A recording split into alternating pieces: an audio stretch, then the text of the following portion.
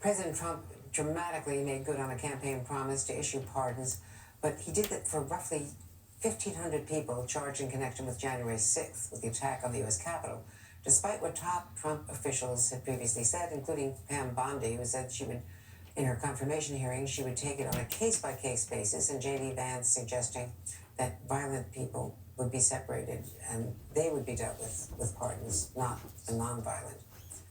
The order dismantles the work of many federal prosecutors and judges over the past 4 years. The president also commuted the sentences of 14 members of Proud Boys and the Oath Keepers, most of whom were convicted of seditious conspiracy, including former Proud Boys leader Enrique Tarrio, who was sentenced to 22 years in federal prison. The president's move received mixed reactions from Republican senators today. As I said before, we're looking forward to the next 4 years. It was surprising to me that it was a blanket pardon. Now I'm going through the details. That was, of course, Senator Tillis from North Carolina, who's been saying that the violent perpetrator should not be pardoned. Joining us now, NBC News Justice and Intelligence correspondent Ken Dilanian and former U.S. Attorney Joyce Vance. Welcome both. Ken, how is this going to play out in the next few days? Andrea, this is going to be a really tough thing, as you saw there, for those Republican lawmakers to defend, particularly because many of them have called for the prosecution of people who attacked police officers.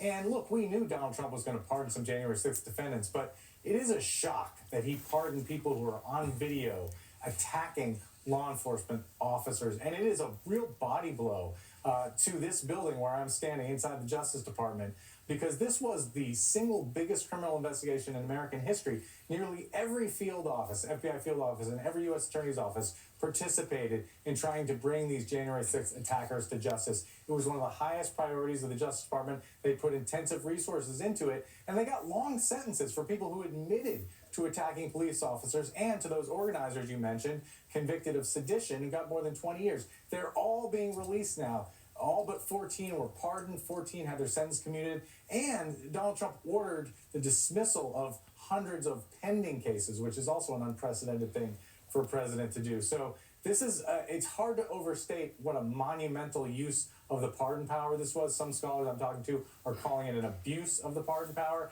and it's going to have repercussions across the justice system that are really unprecedented. And Joyce, what does this mean for the justice system? Because some lawyers who work for Donald Trump's defense team are now going to be involved in overseeing all these cases. Well, the cases are now dismissed because they're pardoned, but they're going to be involved in these investigations. Well, you're right, Andrea. The cases are now dismissed. The acting United States Attorney in the District of Columbia is someone who has participated in Stop the Steal, someone who has joined the president in viewing these now former defendants as people who were improperly imprisoned. But there are real-world impacts to their release. For one thing, if you've been convicted of a federal crime, upon release, you can no longer possess a firearm or even ammunition. These folks are now free to do that, except for the 14 defendants who had their sentences commuted. Everyone who's received a pardon can do that. And as a practical matter, you know, having worked closely with my former colleagues at the Bureau of Prisons, I can tell you that these spontaneous releases are very difficult. Many of these people may not have a place prepared for them to go, may not have a plan for reentry into their community.